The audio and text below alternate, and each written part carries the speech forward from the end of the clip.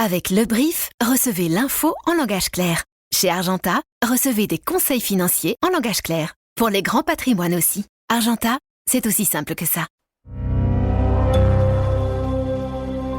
Bonjour à toutes et à tous, nous sommes le vendredi 7 août et voici notre regard sur l'actualité, l'essentiel pour celles et ceux qui ont l'esprit d'entreprendre. Le brief de l'Écho. Il y a du nouveau dans le dossier nucléaire. Le gouvernement fédéral a fait plusieurs concessions à Engie et à sa filiale Electrabel dans les négociations autour d'une possible reprise par l'État de l'ensemble des activités nucléaires en Belgique. Et Proximus, de son côté, fait marche arrière. À peine 2 ans après son lancement, l'opérateur renonce à faire de Proximus Plus la super app incontournable dans le quotidien des Belges. En bourse, c'est un nouveau record pour le BEL 20. Le rallye boursier s'est accéléré ces derniers jours et l'indice phare de Bruxelles a dépassé son précédent sommet hier. L'occasion de se pencher sur cet indice que les investisseurs ont parfois tendance à délaisser. Et puis on parlera foot en fin d'épisode puisque le championnat de Belgique reprend ce vendredi soir. Et vous le verrez, les grands clubs du pays ont été plutôt actifs sur le marché des transferts. Je suis Ondine ORS et vous écoutez Le Brief.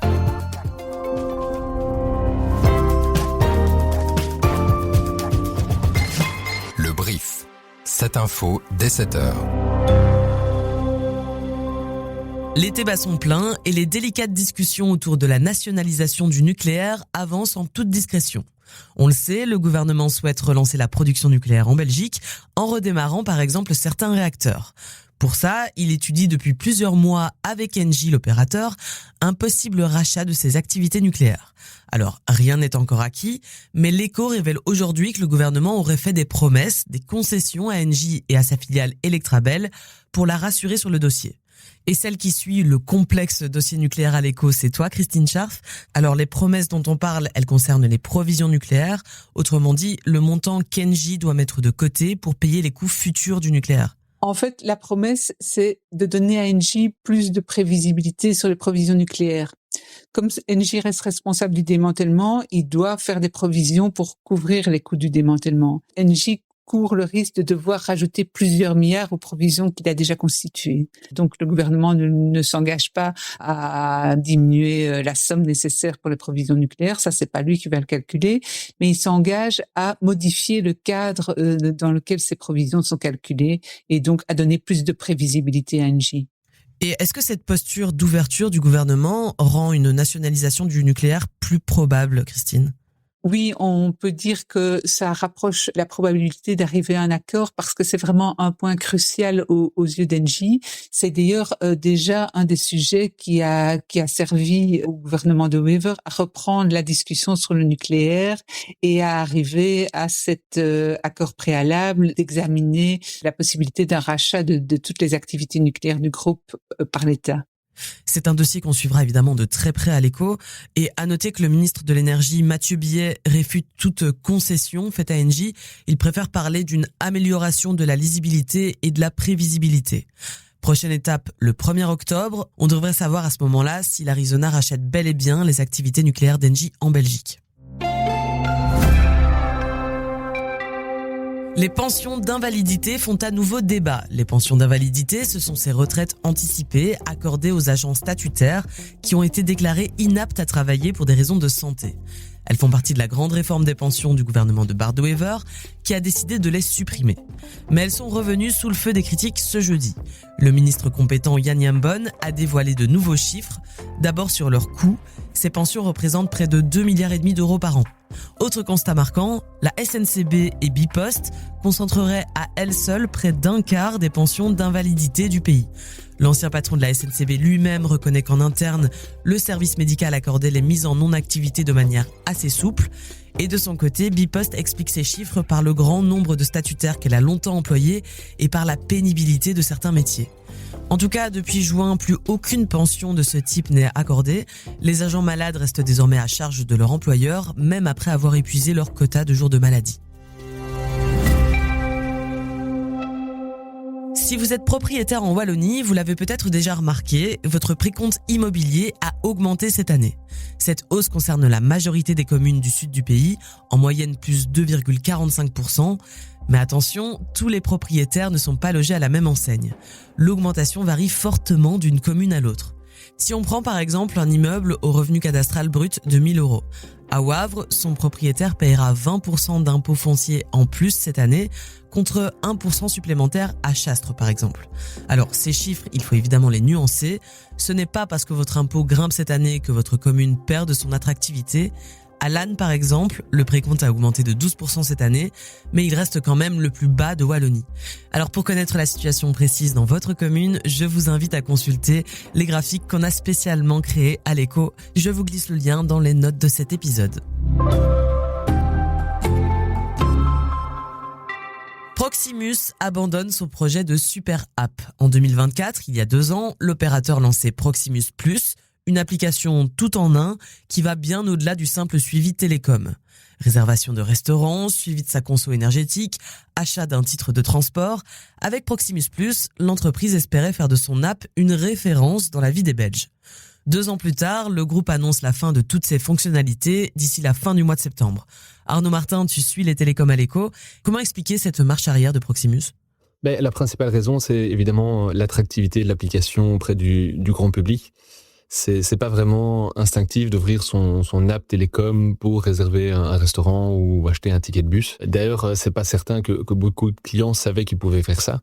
Proximus explique d'ailleurs avoir environ 1 million d'utilisateurs actifs par mois. Donc en fait, c'est beaucoup, mais en réalité, les utilisateurs, ils font toujours la même chose, c'est-à-dire qu'ils regardent leur consommation ou ils payent leurs factures, mais les autres services les attirent pas vraiment. Alors il faut bien préciser Arnaud que l'app, elle, ne disparaît pas.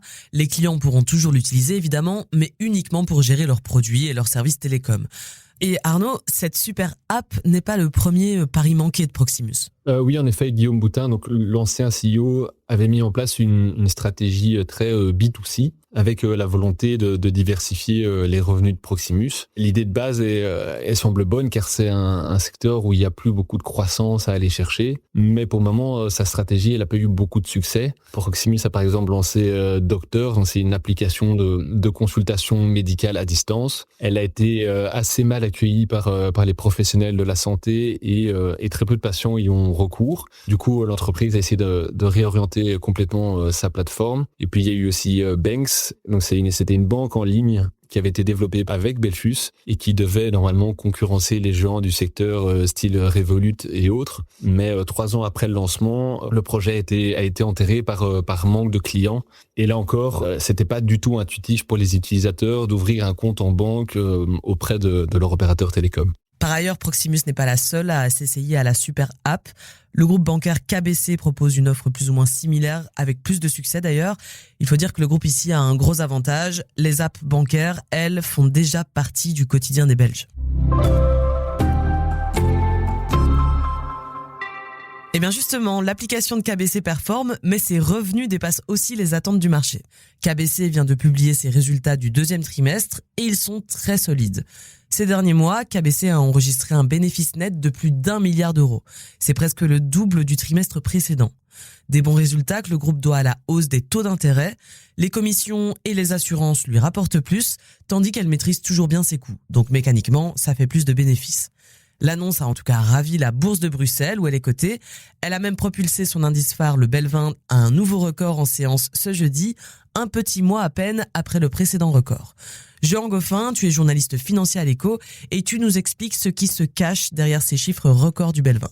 En fait, il y a 2 manières de voir ce record du Belvin. Première manière, c'est cette rotation des investisseurs vers des valeurs plus défensives. En cette période d'incertitude et de volatilité sur les marchés financiers, on voit que les investisseurs se tournent vers des secteurs comme l'immobilier ou la santé. Or, le Belvin a un rôle à jouer là-dedans. Il regorge d'entreprises actives dans des secteurs moins exposés aux tensions internationales. Et puis, il y a aussi le fait que parmi le Belvin, les 3 valeurs qui ont le mieux performé depuis son précédent record, en fait, ce sont 3 valeurs qui ont eu un parcours boursier difficile ces dernières années. Donc ça montre aussi que en période d'incertitude, les investisseurs retournent vers des noms peut-être trop vite délaissés et ils redécouvrent les atouts de la bourse de Bruxelles. Et à noter que le CAC 40 français et le Stock 600 européen ont eux aussi atteint des records ces jours-ci. Bon, au final, le Belvin a clôturé dans le rouge hier soir, mais ça n'enlève rien à son succès des dernières semaines. Les web développeurs ont un nouveau collègue. Les web développeurs vont bientôt avoir un nouveau collègue et il s'appelle MuseCode. Et c'est Meta qui est derrière MuseCode. Meta qui entre à son tour dans la bataille des assistants IA capables de programmer. Après OpenAI, Anthropic et Microsoft, le groupe de Mark Zuckerberg dévoile un agent qui peut écrire, corriger et planifier du code avec un minimum d'intervention humaine. Alors pour arriver à se démarquer dans un marché embouteillé, la maison mère de Facebook et Instagram veut proposer un modèle qui va plus loin. Pour l'instant, on n'en est qu'à la version bêta, mais le codeur pourrait à terme déléguer une partie importante de son projet de code au logiciel, et le tout à un prix particulièrement compétitif. En revanche, Meta se serait bien passé de la publicité faite par un de ses autres modèles récemment, MuseSpark. L'agent MuseSpark s'est retrouvé à pirater par erreur le système d'une autre société. Un incident qui rappelle étrangement ceux de ces derniers mois avec OpenAI et Anthropic, qui ont eux aussi vu leurs agents IA provoquer des piratages du même genre de manière totalement autonome. C'est un été intense pour les fans de foot. La Coupe du Monde est à peine terminée, que les compétitions européennes ont déjà débuté, et ce week-end, c'est au tour du championnat belge, la Jupiler Pro League, de redémarrer.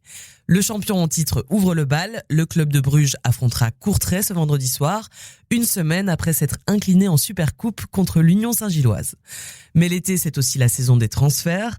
Le mercato est encore ouvert pour un peu plus d'un mois et plusieurs clubs belges ont déjà sorti le carnet de chèques. On voit ça avec toi, Jean-François Sacré. Bonjour. Bonjour Ondine. Jean-François, tu suis tout ça de très près et on peut dire que cet été, les grands clubs belges ont été particulièrement dépensiers sur le marché des transferts. Effectivement, les clubs belges, les grands clubs, c'est-à-dire Bruges, l'Union, Anderlecht, etc., ont pas mal dépensé. C'est environ à ce stade 106 millions d'euros dans les transferts entrants pour se renforcer. C'est Bruges qui s'est montré le plus actif. Pourquoi ? Parce que Bruges, c'est le champion de Belgique, c'est celui qui a le plus d'argent, qui a bien performé en Coupe d'Europe et il a pu acheter quelques joueurs au-delà de 10 millions d'euros, notamment un milieu anglais qui s'appelle Potts. Anderlecht a aussi acheté, mais pour des montants un peu moins élevés. Et puis surtout, le Racing Gang a acheté un centre-avant qui vient du club italien de Pise pour plus de 10 millions d'euros. C'est un des plus gros transferts entrants de l'histoire du football belge. Bon, on reste quand même loin des montants engagés par des clubs comme le PSG en France ou le Real Madrid en Espagne. Mais à l'échelle de la Belgique, le marché des transferts est assez lucratif. Notre pays a d'ailleurs une très bonne réputation à l'international, Jean-François. Oui, effectivement. Alors, la Belgique, c'est un peu un marché intermédiaire. C'est un marché à la fois de transit, si on peut appeler ça comme ça.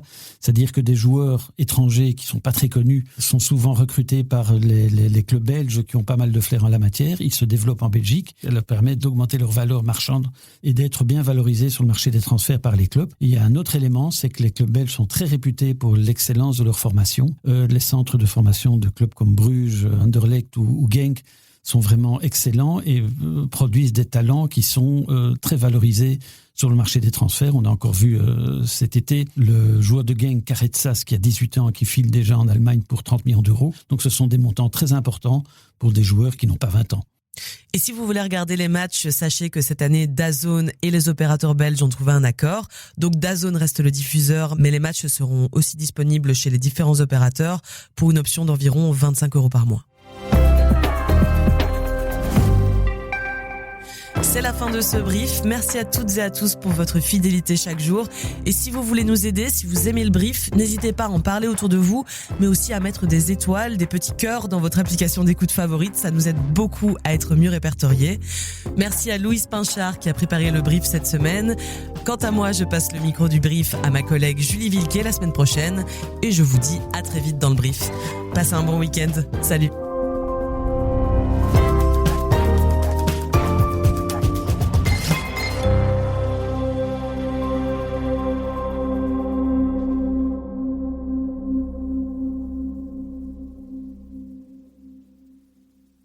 C'était l'essentiel de l'info en 7 points avec le brief. Chez Argenta, l'essentiel tient en 2 points. Voici le bref. Premier point.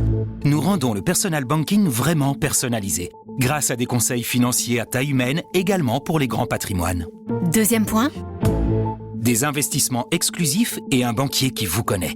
Voici comment nous faisons la différence chez Argenta, avec des conseils qui vous correspondent vraiment. C'était le bref d'Argenta. C'est aussi simple que ça.